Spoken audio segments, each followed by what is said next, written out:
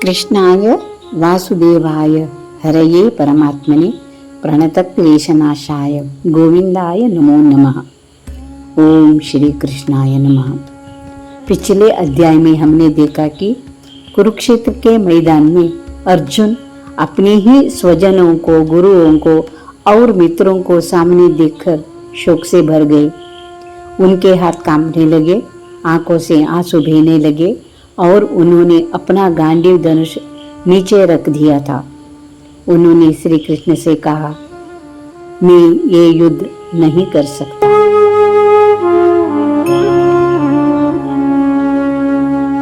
यही से आरंभ होता है भगवद गीता का दूसरा अध्याय, सांख्य योग।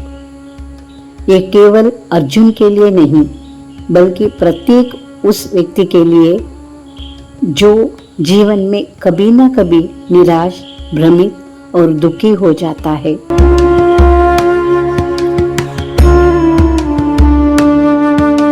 भगवान श्री कृष्ण का पहला उपदेश। श्री कृष्ण मुस्कुराते हुए अर्जुन से कहते हैं, अर्जुन की बातें सुन के, हे अर्जुन, ये दुर्बलता तुम्हें शोभा नहीं देती। उठो, अपने कर्तव्य का पालन करो। सही बताया।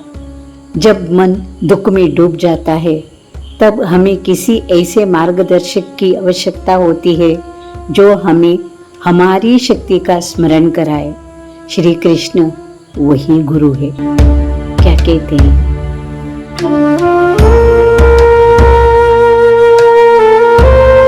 इसके बाद श्री कृष्ण गीता का सबसे महान सत्य बताते हैं। वे कहते हैं, न आत्मा जन्म लेती है और न कभी मरती है। ये शरीर बदलता है लेकिन आत्मा शाश्वत है। जैसे हम पुराने वस्त्र उतारकर नए वस्त्र पहन लेते हैं, वैसे ही आत्मा एक शरीर छोड़कर दूसरा शरीर धारण करती है।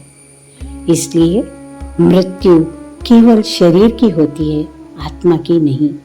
यदि हम इस सत्य को समझ ले तो जीवन के अनेक भय समाप्त हो जाते हैं।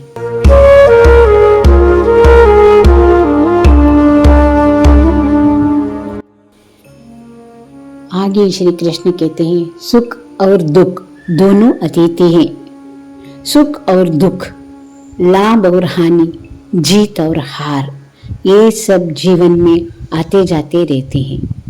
जैसे मौसम बदलते रहते हैं वैसे ही परिस्थितियां भी बदलती रहती है। जो व्यक्ति हर परिस्थिति में शांत रहता है वही वास्तव में बुद्धिमान कहलाता है।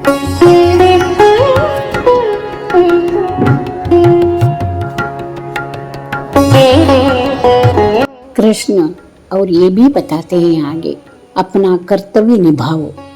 श्री कृष्ण अर्जुन को याद दिलाते हैं कि वे एक क्षत्रिय है, उनका धर्म है धर्म की रक्षा करना। यदि व्यक्ति अपने कर्तव्य से भागता है तो वह स्वयं भी दुखी होता है और समाज भी। इसलिए श्री कृष्ण कहते हैं, फल की चिंता मत करो, अपना कर्म पूरी निष्ठा से करो। यही गीता का सबसे प्रसिद्ध संदेश है।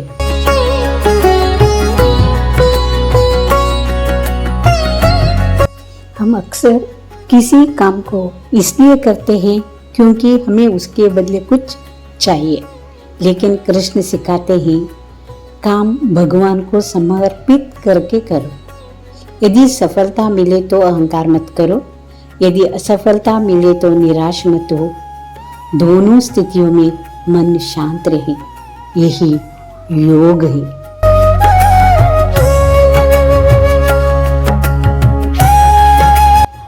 इसी सांख्य योग में कृष्ण एक अद्भुत संदेश देते। ये मेरा बहुत प्रिय श्लोक है।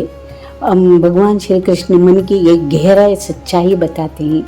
यह है, ध्यायतो विषयान पुंसः संगस्ते स्तोपजायते, संगात संजायते कामः, कामात् क्रोधोभिजायते, क्रोधात् भवति सम्मोहः, सम्मोहात् स्मृति विभ्रमः, स्मृति भ्रंशात् बुद्धिनाशो, बुद्धिनाशात् प्रणश्यति।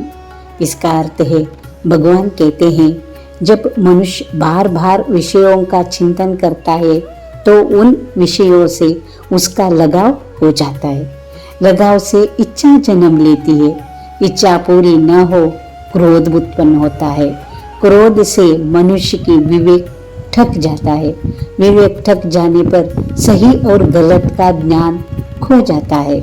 जब स्मृति और बुद्धि नष्ट हो जाती है तब मनुष्य स्वयं अपने पतन का कारण बन जाता है।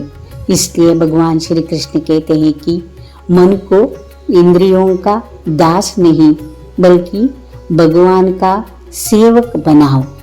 जब मन भगवान के चरणों में स्थिर हो जाता है तब इच्छाएं शांत हो जाती है और जीवन में सच्ची शांति का अनुभव होता है।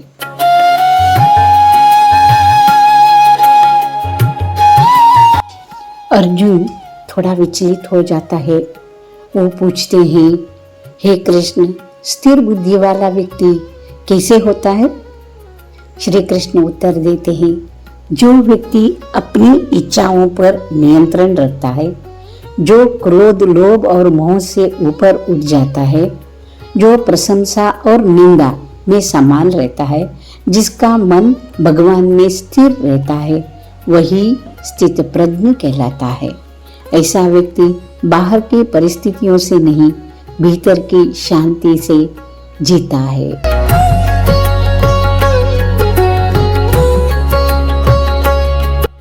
कृष्ण फिर समझाते हैं, मन ही शत्रु, मन ही मित्र।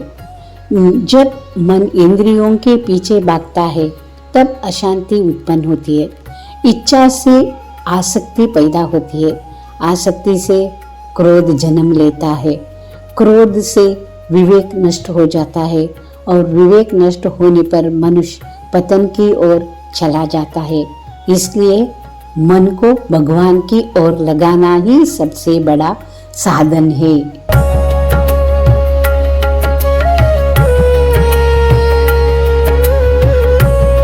इस अध्याय का संदेश, सांख्य योग हमें सिखाता है हम शरीर नहीं आत्मा है। कर्तव्य से कभी पीछे नहीं हटना चाहिए। सफलता और असफलता दोनों को समान भाव से स्वीकार करना चाहिए। निष्काम भाव से कर्म करना ही सच्चा योग है।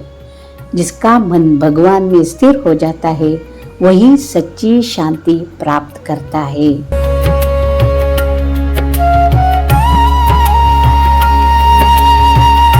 अब हम थोड़ा जानेंगे ये सांख्य योग का सार आज का जीवन में कैसे लागू होता है। आज भी जब हमारे जीवन में कठिन समय आता है, जब हमें असफलता मिलती है, जब अपने ही लोग हमारे साथ छोड़ देते हैं या जब भविष्य अंधकारमय दिखाई देता है, तब गीता याद दिलाती है परिस्थितियां बदलती रहती है लेकिन आत्मा अटल है। कर्तव्य करते रहो, भगवान पर विश्वास रखो और परिणाम उन्हें समर्पित कर दो। यही है श्रीमद् भगवत गीता के द्वितीय अध्याय सांख्य योग का सरल सार। अगले अध्याय में हम जानेंगे कर्म योग का गहरा रहस्य, जहाँ श्री कृष्ण बताएंगे कि कर्म करते हुए भी मनुष्य कैसे मुक्त रह सकता है। सोचती हूँ आपको थोड़ा तो सुकून मिला होगा। फिर मिलेंगे। जय श्री कृष्ण। हरि ओम तत्सत।